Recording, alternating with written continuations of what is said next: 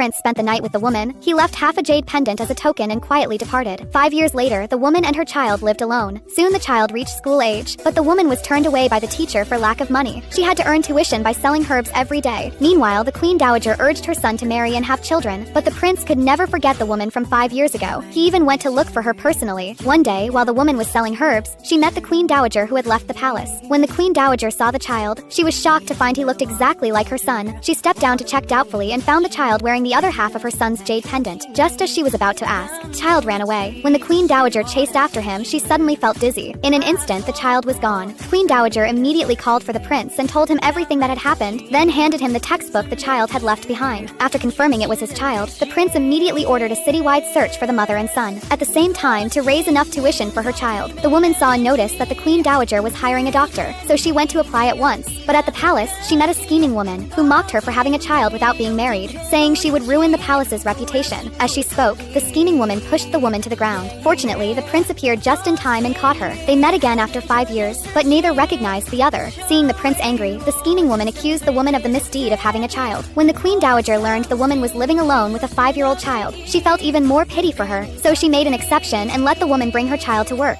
Seeing this, the scheming woman grew even angrier. The next day, the woman brought her son to the palace early in the morning. To avoid disturbing the queen dowager's treatment, she told her son to practice calligraphy outside. Unexpectedly, the boy's handwriting drew admiration from everyone in the palace. The scheming woman was resentful, so she secretly put her hairpin into the boy's bag and framed him for theft. When the scheming woman tried to hit the child, the woman rushed over. After understanding what had happened, she firmly believed her son would never steal. Just then, the scheming woman pulled the hairpin out of the boy's school bag.